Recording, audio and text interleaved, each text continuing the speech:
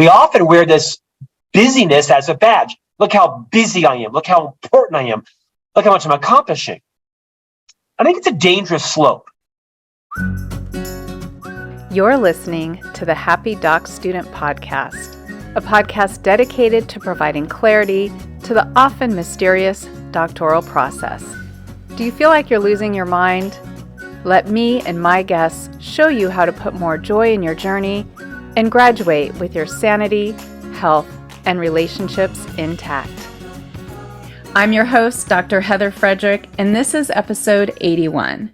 Today I am honored and honestly just a bit starstruck to welcome Scott Jeffrey Miller to the show.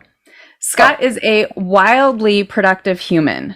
Not only is he a husband, father, best-selling author, sought-after speaker, and a senior advisor on thought leadership at the one and only Franklin Covey, he hosts the world's largest weekly podcast related to leadership called On Leadership. And if you are not already a fan, you definitely want to check that out. Scott has interviewed hundreds of influential leaders, making him a living library of a massive amount of content on personal productivity. And since this audience is full of busy people who are leaders in their fields, he is a perfect guest. Scott, welcome to the show. Heather, I'm excited and kind of deflated because you said you were starstruck. I thought someone cool like Matthew McConaughey was coming on or someone really cool, but no, it's just me. Regardless, thanks for the spotlight and thanks for the platform today. Well, I love your podcast and it's so much fun to meet you face to face and be talking to someone who every time I listen to your podcast, I walk away with a nugget, an aha moment, something that I can apply. I love actionable things. And so what I thought we'd do today is have you share some of your favorite productivity hacks. But before we get to that, how about sharing with the audience about who you are, maybe where you came from, what you're all about? Sure. I came from my mother's womb in Central Florida. I'm actually from Orlando, Florida, born and raised in Florida, worked for the Walt Disney Company for 4 years until they invited me to leave. And after that 4-year period, where does a single Catholic boy from Orlando move? Well, of course, to Provo, Utah, where all the Catholics are, right?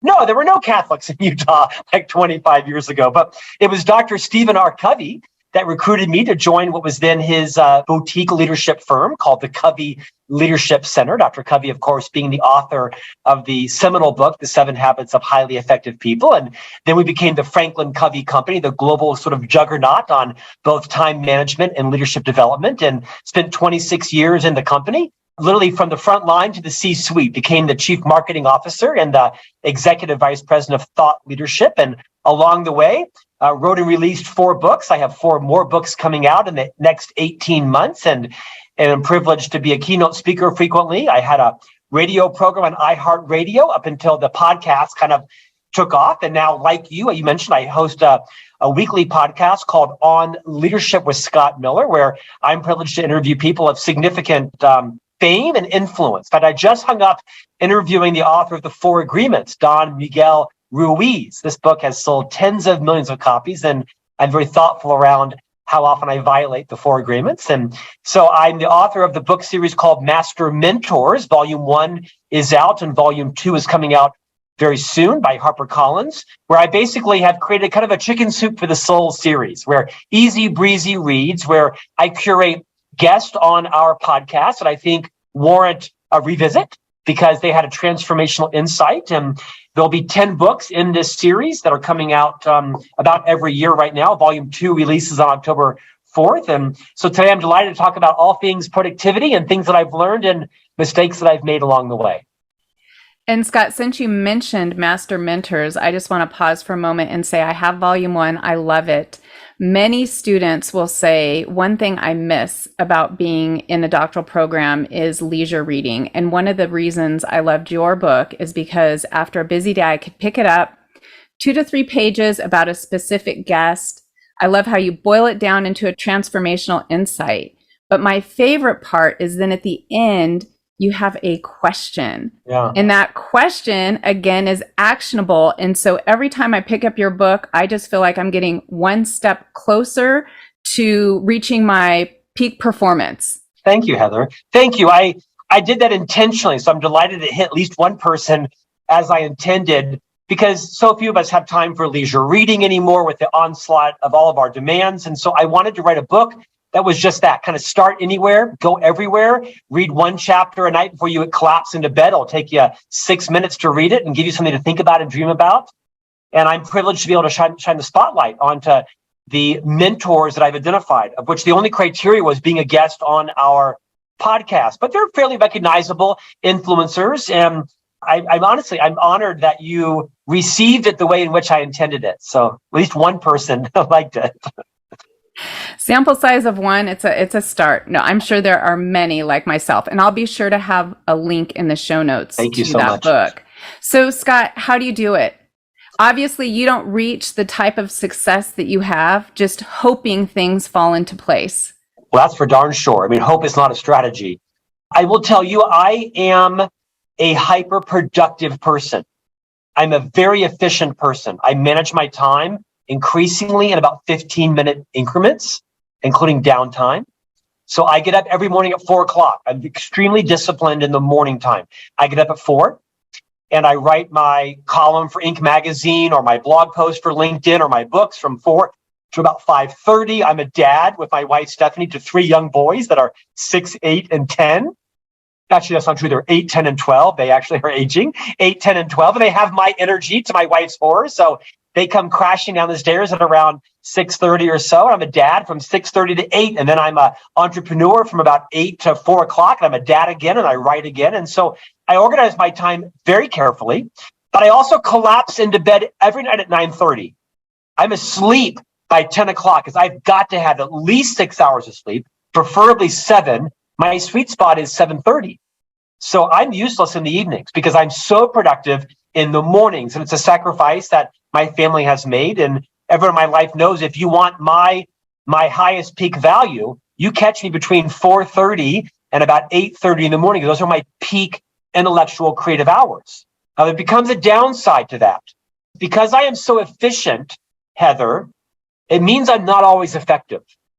Because they are different. Efficiency and effectiveness are not the same thing. And so my key hallmark in life is my efficiency. Saturday mornings, my yard is raked by 5, mowed by 6, car washed by 7, flowers planted by 8, ready for breakfast by 9. I'm that annoying neighbor that has the lawn mowed by 7 o'clock in the morning. But the problem is when my efficiency mindset, which is my default personality style, when that moves into my relationships, it causes havoc. Because you cannot be efficient with people. You can only be effective with people. So I've got to be really thoughtful to know when to be efficient, taking out the garbage cans, washing the car, loading the dishwasher, when to be efficient, and when to consciously slow down and be effective. Because with people, fast is slow. And slow is fast. That's the first kind of hack I would give you, is to know when to be efficient and when to be effective. Well, I'm going to back up and say the first hack that I would love the listeners to kind of hone in on and tap into here is you said you got up at 4 a.m. Yes. But you made sure you were in bed at a certain time because you value sleep. Yes.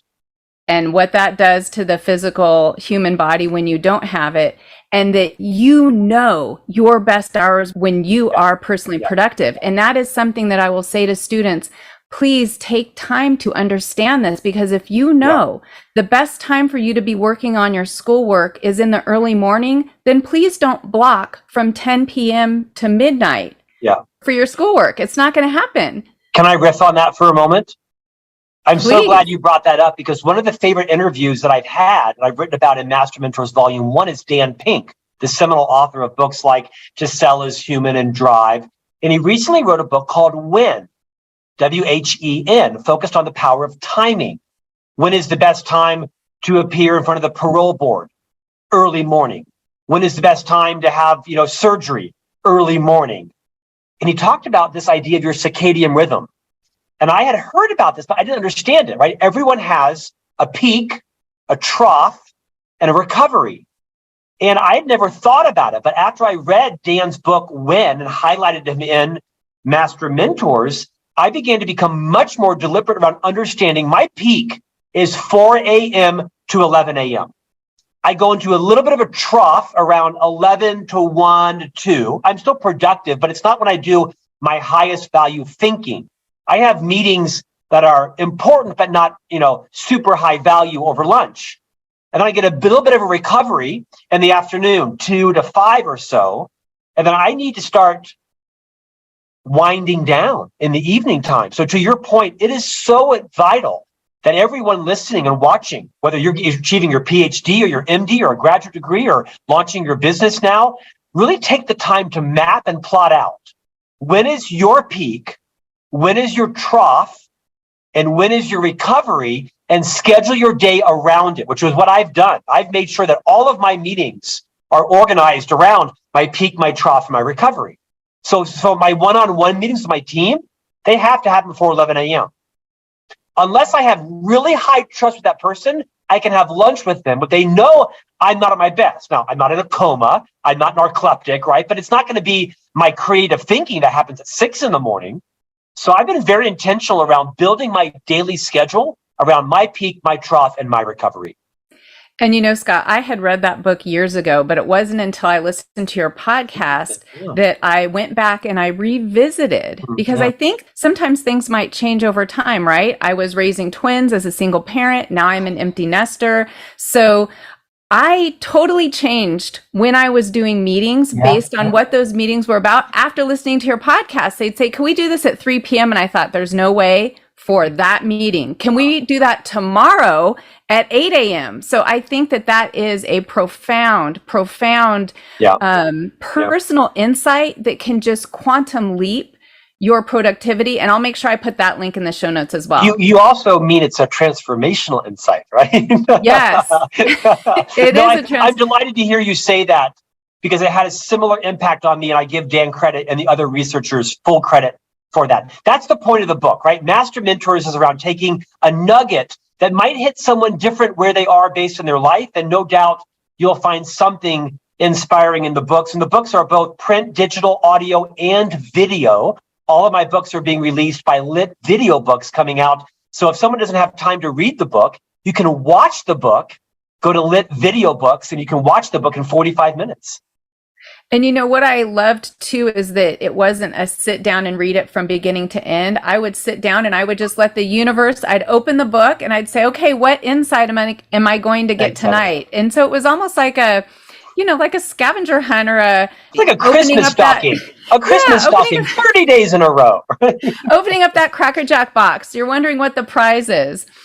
Okay, so now that we've got people intrigued in understanding when may be the best time for them to be doing certain types of work, let's go back to this concept of when am I efficient, when am I effective, and maybe some tips or tricks or tools to help people walk that fine line. Yeah.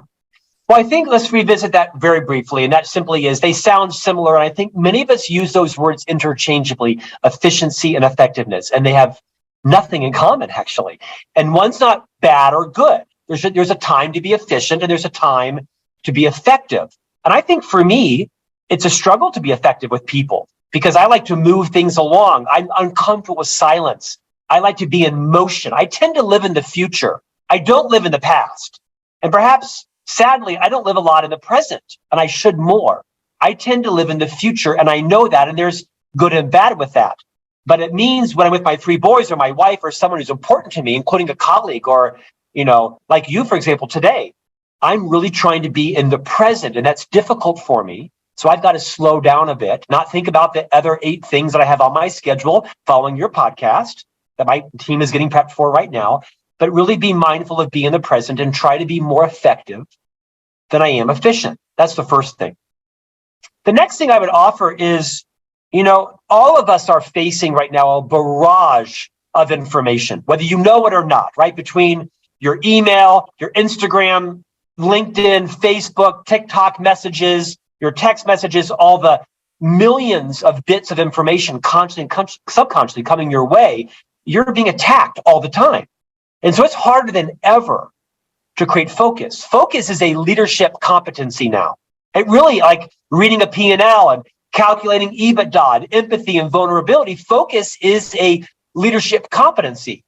I don't think people are either naturally focused or unfocused. Now, you have to bring what is sometimes an unnatural level of discipline to focus in on a topic, including a relationship where you're thinking about your flight or your next study group or the paper that's due. You've got to bring a level of focus. How that happens, I think, is you being very intentional with your values. I know we hear this conversation a lot, but I think the most valuable exercise, no pun intended, I've ever done is getting very clear on my values in life. I have 7 of them. And the acronym is PHILPAL, PHILPAL. Positivity, health, integrity, learning, purpose, abundance, and loyalty. PHILPAL, PHILPAL.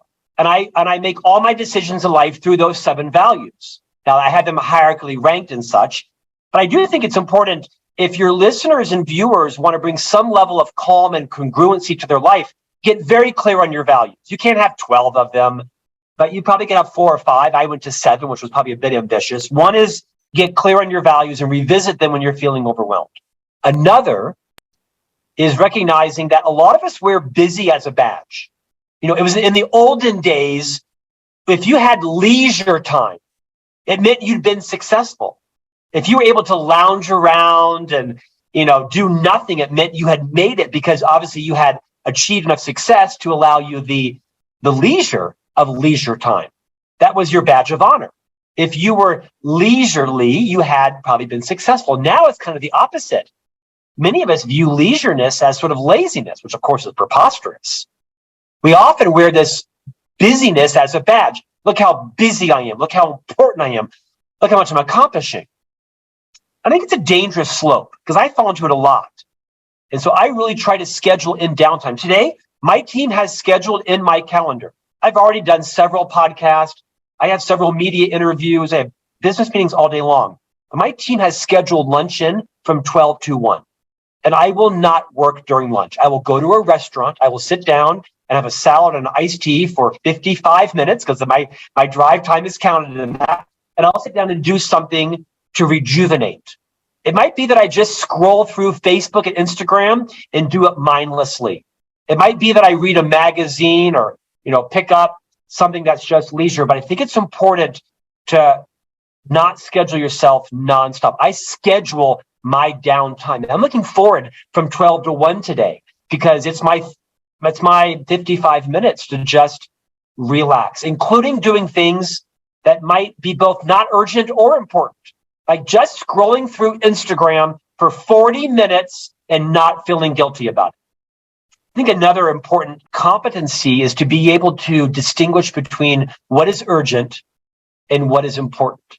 Sounds like a cliche, but it's so common in highly productive people.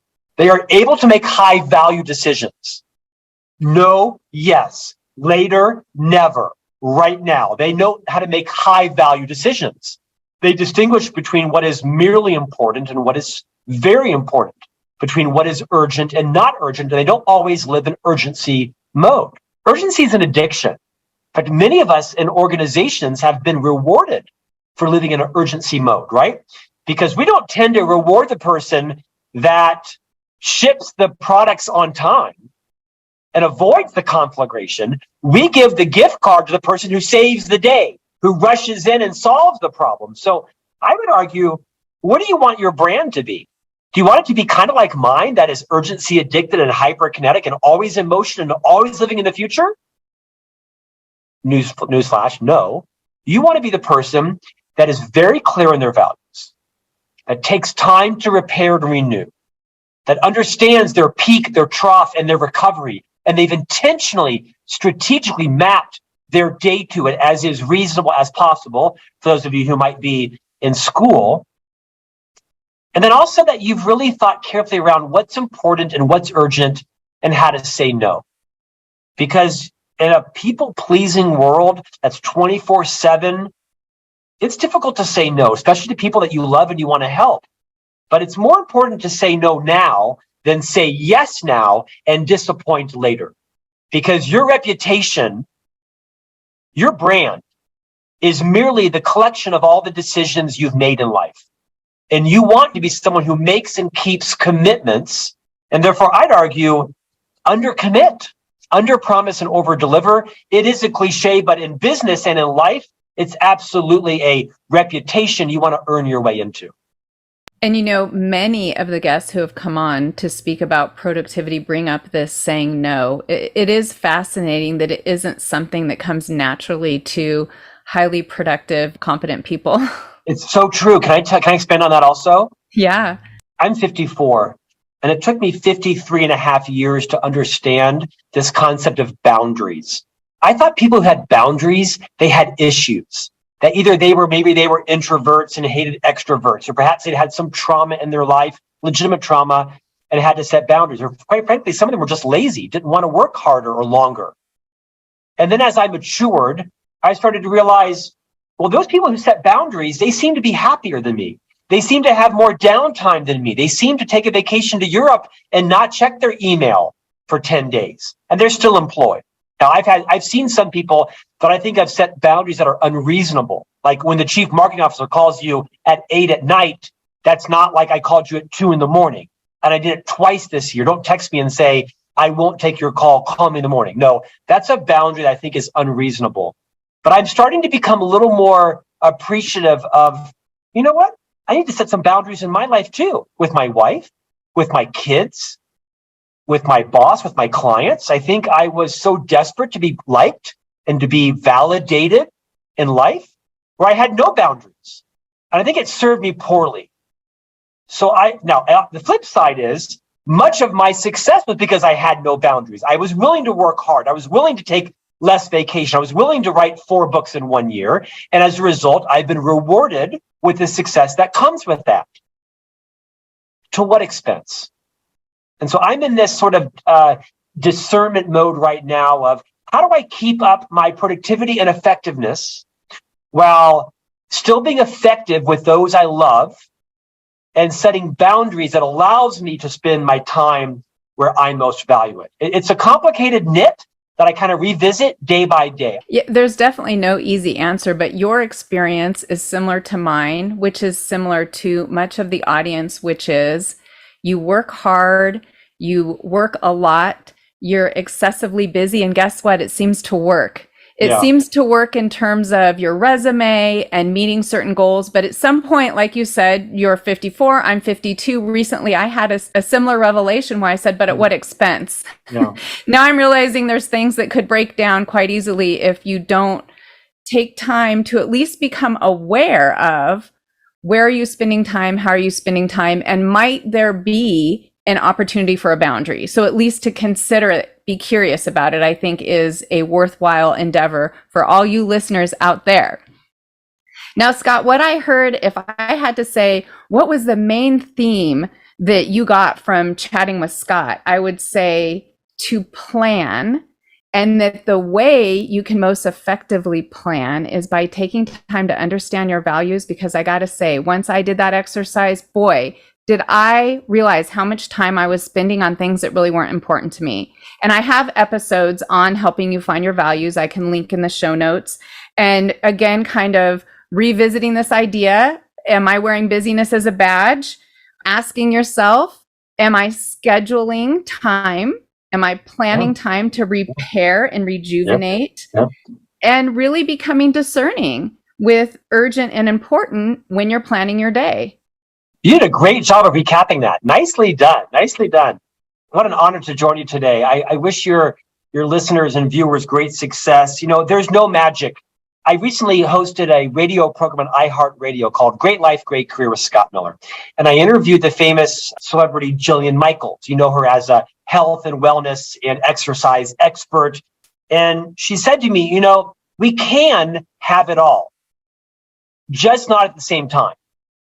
And I thought it was really good advice to say there are seasons in our life, right? There are seasons of balance. There are seasons of imbalance, but make sure they are seasons. You can't have years of imbalance. You're going to break down. You're never going to give the people that matter to you most your best. So I kind of see my life in seasons, and I try to make sure that if I'm out of balance for 3 or 4 months, I bring it back in some balance for 3 or 4 months. After a book launch, and I've done a 20, 30 city tour, I don't take, 3 months off like some people do. I can't. I have 4 mouths to feed in my house that are dependent upon me.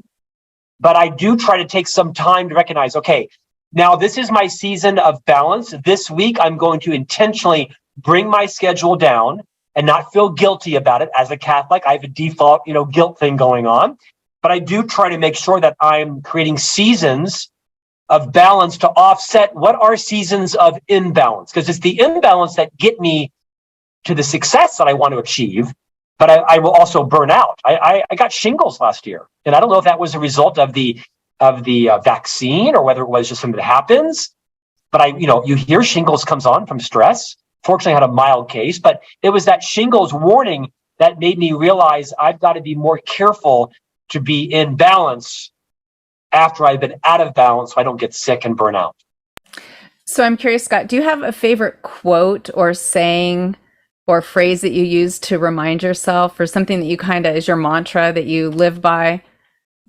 Yeah, I look at the photo I took of the shingles on my back and realize I don't want that again. Actually, no, I had a very mild case, fortunately. I don't. When you said that, what came to my mind was the opposite. I'm very much a believer of if it's to be, it's up to me. I'm also a believer of life is 10% what happens to you and 90% how you react to it. So I am really trying to get in control of my emotions, of my energy, that you can't upset me. I can only choose to become upset. You can't hijack my schedule. I can only allow you to hijack my schedule. So I'm really trying to live my life in strict alignment with life is 10% what happens to me and 90% how I choose to react to it. And it makes me a better driver. It makes me more punctual. It makes me less flustered. I'm probably a little bit calmer, although that's not a word anybody would use to describe me. I am a little more calmer when I think about, okay, so how do I choose to show up? How do I choose to respond to that demand, that request, that outrageous comment, that idiotic insinuation? I don't suffer fools lightly. And so I really try to be in control of my schedule and my emotions. And I slip up daily. My answer to your question would be, I'm increasingly, Heather, asking myself, how do I want to show up right now? How do I want to be remembered? An hour from now is what I'm going to say, what I wished I would have said an hour from now, because I'm going to owe someone an apology or I'm going to cut someone off. And so I'm just being more mindful of recognizing, how am I showing up in this moment, in this class, in this conversation, in this email thread?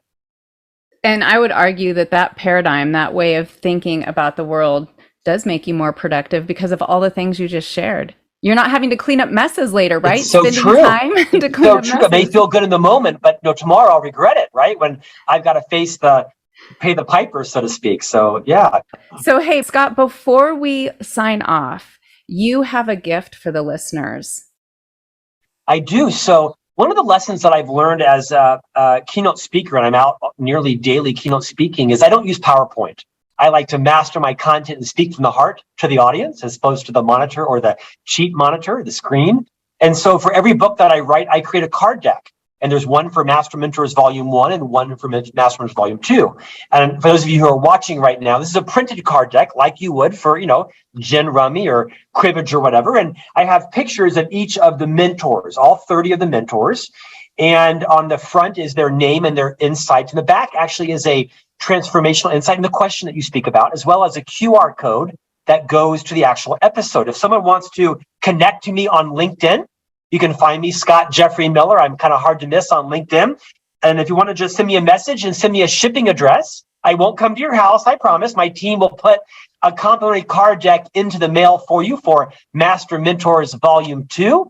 It's a nice kind of handy way to take a version of the book around. We'd love to have you buy the book if you'd like to. It's available now on pre-order. But if you link to me on LinkedIn, send me a message. Say, I heard you on Heather's Dr. Frederick's podcast. Give me your physical mailing address and we'll ship a complimentary card deck out to you whenever you hear the episode. Well, Scott, thank you so much for sharing your time with me and the audience today and for letting me cross off my bucket list, interview Scott Miller. What an honor. Heather, thank you for the spotlight. Again, thanks for the platform. Enjoy talking to you. Thanks so much for listening, and I look forward to connecting with you on the next episode. Until then, if you're looking for more ways to invite joy into your journey, check out the free resources at expandyourhappy.com. You'll find downloads like an article I wrote titled, The Doctoral Journey, 12 Things You Need to Know That They Probably Won't Tell You, and a worksheet that will help you pick a general research area for your dissertation or doctoral project. Based on audience request, there is a PDF that organizes all podcasts by the 7 steps detailed in the Happy Doc Student Handbook, which you can also find on the website. And if you're looking for Happy Doc Student swag, I've got that too. Don't forget to subscribe to the podcast and YouTube channel, and if you want to make my day, rate and review so that together we can change the way graduate education is delivered and experienced. Hey, one more thing. Just a quick reminder that the information, opinions, and recommendations presented in this podcast are for general information only.